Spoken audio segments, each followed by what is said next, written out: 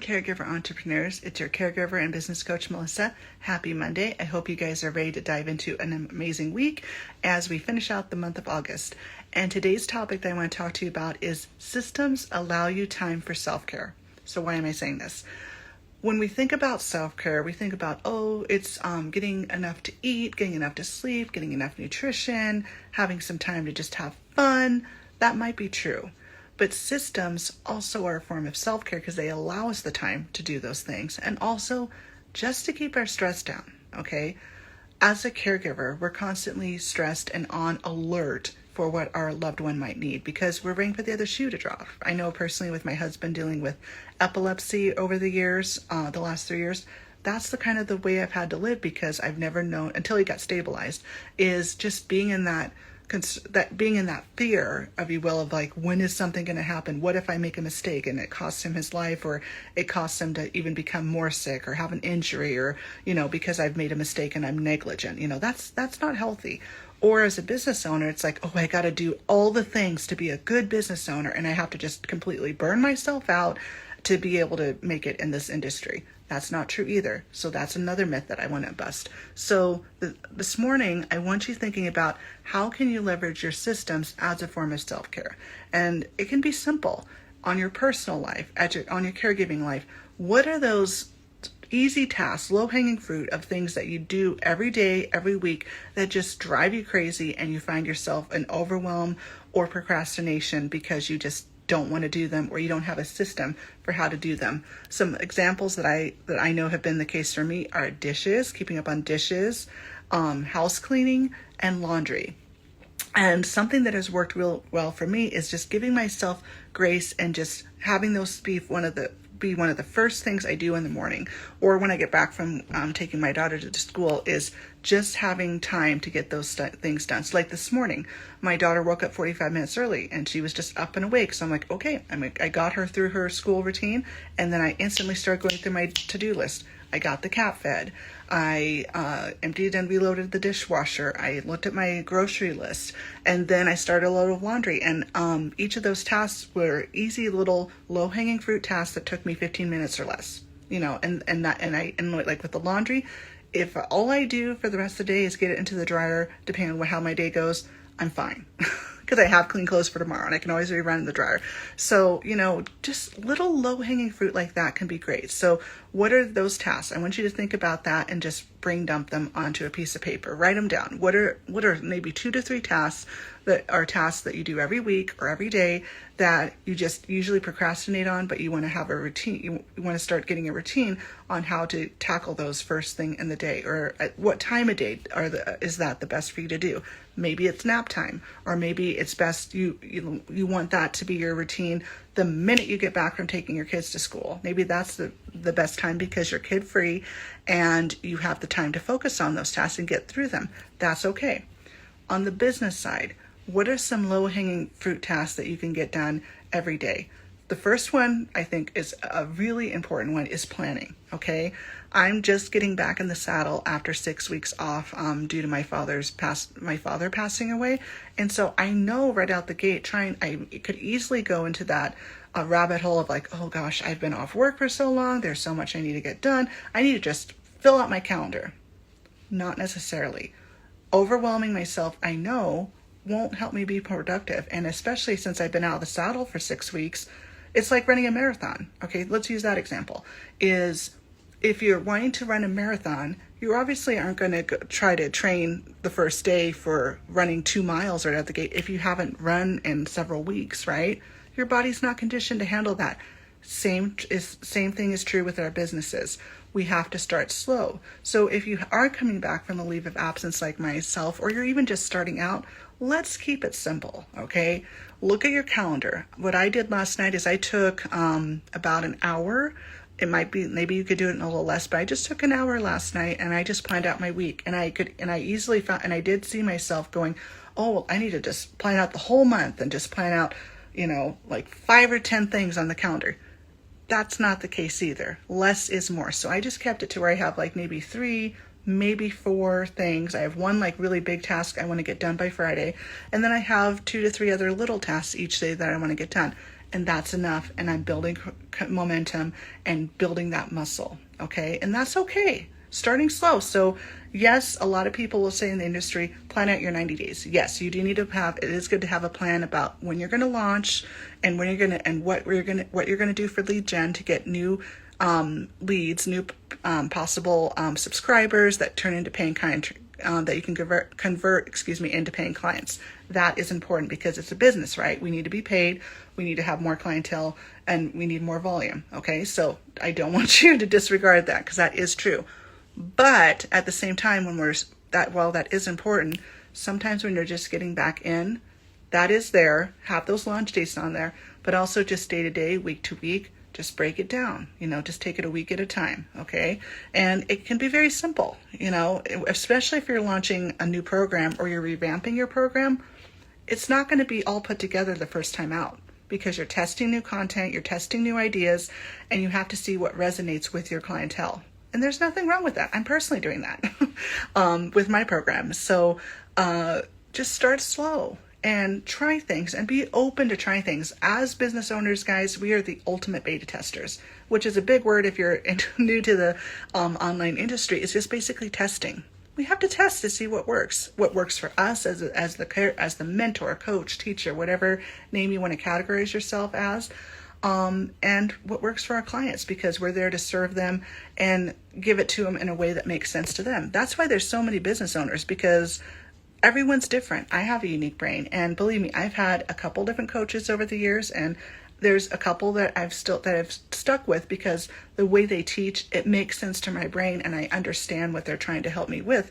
And then there's others that I'm just not aligned with, and that's okay. So how can you be open and curious in testing things in your content and the way you present your content to serve your clients in a better way? Okay. And that makes you a better coach, a better mentor, a better teacher, all the way around. Okay. And again, it all just comes back to systems. Can you automate emails maybe to go out to save you a little bit of time? Can you batch your social media posts? Can you even just outline for the week, like what I did with my online content, like I'm sharing, so that way when you sit down to record, you know what you're talking about. You're not racking your brain of, I might talk about this, I might not talk about this. That just leaks your energy because you're having to use extra energy to think of something. But if you have it planned out, you can just sit, you can work, you can focus, and you're ready to hit the floor running. Okay? Systems. Systems are a form of self-care because they help you save time, save money, save energy, and allow you to get through your task list so you can focus on other things in your life, right? And it gives you the flexibility too. Like when you have a system, you can figure out what works, what doesn't, and it gives you flexibility. Okay. I want you to also remember that systems are not life sentences. Okay. The system you create now in August, end of August 2023, I guarantee you probably in a year it may look a little different because you will have tried things and you will be in a different season of life with your business. So you may need to tweak things. Maybe you have a VA now. So now you've created all these SOPs as you go. So then you're handing it off to a VA, and so you have more time to focus your attention elsewhere in your business. You never know. So think about that. What kind of systems do you want to start creating foundationally in terms of standing operating procedures, in terms of how you do things, which is basically big words, guys, for how you do things. How do you like to create graphics in Canva? How do you like to write your emails? How do you brainstorm your ideas? How do you record your podcasts or upload or transcript? Those things that you do every day, those are your SOPs, and that's what you would want if you want to hand off that task down the road to a team member, to a VA. You need to have that written down with screenshots, with video, or just really detailed written instructions or pictures, screenshots, so that way they know how to do it, because they need to know, and you need to have the confidence of knowing how you want it done to be able to hand it off to them and make it easy, so that way you're not babysitting them and hand-holding them. You want them to come to work and focus on get through their task list that you assign them, so you're not wasting time trying to tell them step by step what to do. They have it right there at their fingertips, whether it's an Airtable or Notion or Asana or whatever, so you can focus your attention elsewhere. Because that's the idea, right? You're creating that. You've added, if you're in that season, you've created that system of having someone else take over some stuff in your business, so you have time to do things elsewhere. Okay, so systems. I know it feels like a big, scary word, but it's actually a very important and helpful word and a foundational word to the life and breath of our businesses. And as a caregiver, systems for caregiving is very much the same way. We have a lot of information that we know in our head about our loved one. So we know dates of diagnosis, their triggers, their symptoms, their allergies, what's normal for their health and what's not normal for their health. And so it's very important that you have that written down too. So what are your SOPs for your loved one's illness? So I would recommend, one thing I've done is having a notebook. Just having a notebook. Morning, morning, Lisa. Just having a notebook and just writing everything down. Dates of diagnosis, allergies, current lists of medications, emergency contacts, as well as contact information for all your doctors. Okay? Because this is basically, think of this again as your SOP for that, because this is where it can really come in handy. If your loved one has a medical emergency, the last thing you want to be doing, guys, is racking your brain of like all that information, because you're already scared and you already need to give other details about what's happening in the moment to the EMTs, to the urgent care staff, or the doctor, or the emergency room staff, right? It's too much. But if you have it written down in a notebook, in an organizer, in even just a Google Doc that you've printed off last minute, or maybe a Notion or Asana, you just have a board and you just have it all listed and you can just like share it with the team or something, then you're ready to go, and you can focus on the other questions, more pressuring questions at hand when they're triaging, which is a big word in the medical field for just assessing, trying to figure out what the problem is and why your loved one's in such distress with their health, okay? So caregiving SOPs are really important. Okay, Lisa says, so lately been thinking about doing this between my husband's stuff, my youngest, and newfound food allergy. Yes, and I will say with allergies, Lisa, having that documented is very important, because you just never know in the medical world, as I'm sure you know too. Some medications are also food related. So just really being aware of allergies and interactions with medications, with food, even topically with creams, because they can interact too. It gets kind of crazy and scary. So yeah, really having everything written down. So actually, if you look over here, over there on my desk, that big thick binder, that's my husband. Okay, sorry guys, I lost connection there for a moment. So in that notebook, I have all of my husband's dates of diagnosis, his allergies, all the medications he's been on. Wait, meds? Yes, meds too, okay? Okay, let me give you a little heads up on that. Okay, so think about it, Lisa. Whenever the EMTs come to your house, or you go to urgent care, or you go to the emergency room with your loved one, one of the first questions they would ask is like, what are all their current medications they're on? Because they're looking for, for what, because that gives them clues about what they're being treated for, what medications they might be allergic to, and also with certain medications, there's a limit. So if they've already had like 1,000 milligrams of something and the cap is maybe 1,400, they know they only have a small leeway. So meds are important too. So, and the rules for why you give them.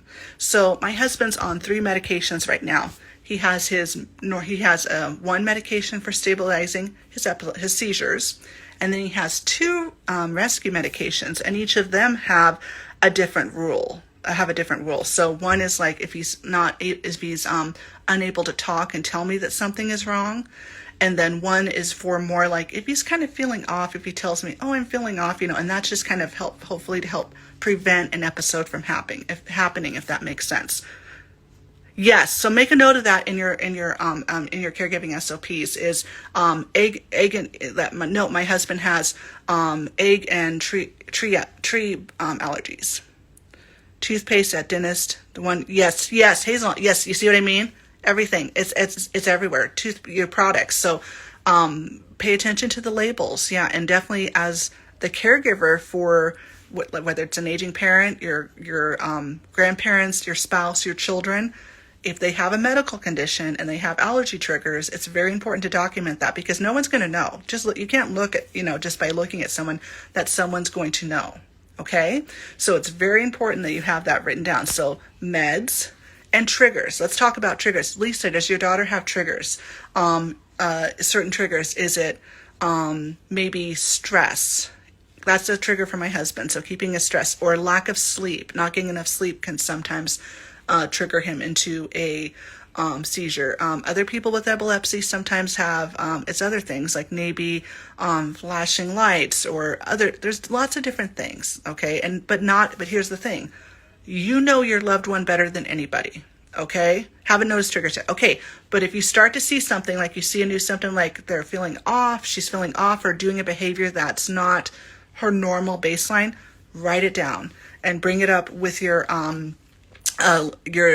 daughter's medical professional, because you never know. It could be just the sign of something. I mean, because I know with my husband, when he started his first seizure, it just looked like he passed out.